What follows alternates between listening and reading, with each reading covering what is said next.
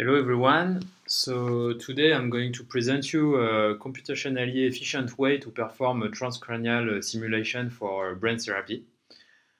So just before going into the detail, a few reminders about how transcranial focusing works with multi-element array.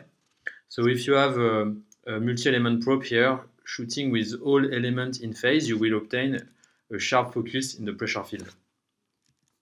However, if you introduce a skull between the probe and the target, you will have an aberrating effect of the skull and the pressure field will be defocused at the target. So the idea is to try to compensate the effect of the aberrating skull by applying correction at the probe level in order to restore some pressure at the focus.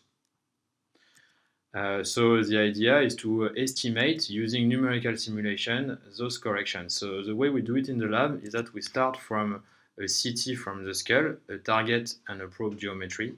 We extract the acoustic properties of the skull, the density and the speed of sound, and using K-wave, we propagate from the target up to the transducer element a tone burst, and we extract the phase shift at the transducer level. So just before going any further, there is here a trade-off between the simulation time and the accuracy. The reason is that to be stable, to be precise, this simulation, the resolution, spatial resolution must satisfy the stability criteria and be below lambda over 3.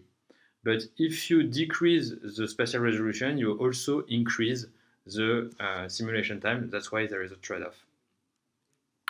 So now, when we have those corrections, how do we evaluate the accuracy of the phase shift? So this is the experimental part of the job. So basically, to estimate the pressure field restored with a specific given set of correction, you can either apply them at the probe level and measure it with an hydrophone, but this would require a lot of time, and each time you want to optimize your algorithm, you need to rescan the pressure field. Otherwise, you can acquire once for all what we call a transfer matrix. So the way it works is that you place an hydrophone close to the target, and you make elements sonicate in time, one after another, and for each element you record the contribution in terms of amplitude and phase at the hydrophone level. Then you move to the next point, you do exactly the same, you make elements sonicate one after all, and you record their contribution to the field, and you end up with a Biggs matrix that we call the transfer matrix.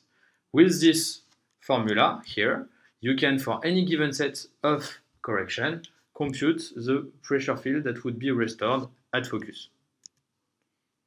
So now, what results do we have with the simulation? So first of all, what we see is that when we are respecting the stability criteria, then the performance is stable.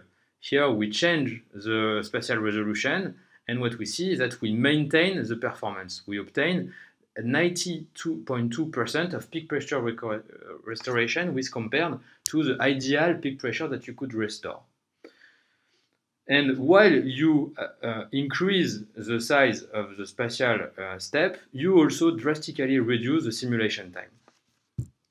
But then you are stuck when you are at lambda over 3, you cannot go below and you cannot increase the resolution time, otherwise you're not stable. So what can you do? So what we looked at is the typical variation length of the phase shift induced by the skull. So basically, how much can you move the skull and while keeping the same correction and maintain a good quality of focusing and pressure restoration. So to do this, we computed the correlation length of each skull. To do this, we compute the cross-correlation map of the phase shift induced by the skull at 900 kHz.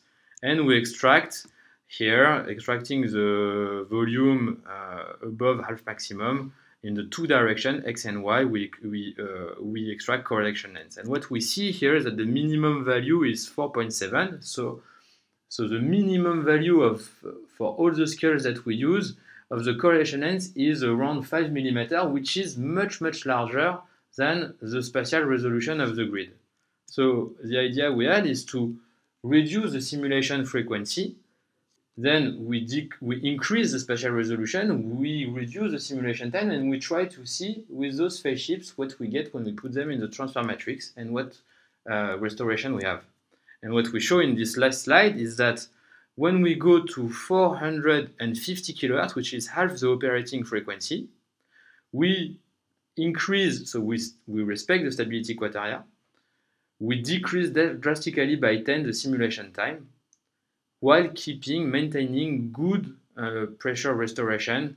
We lose only 5%, going to 85% of peak pressure restoration.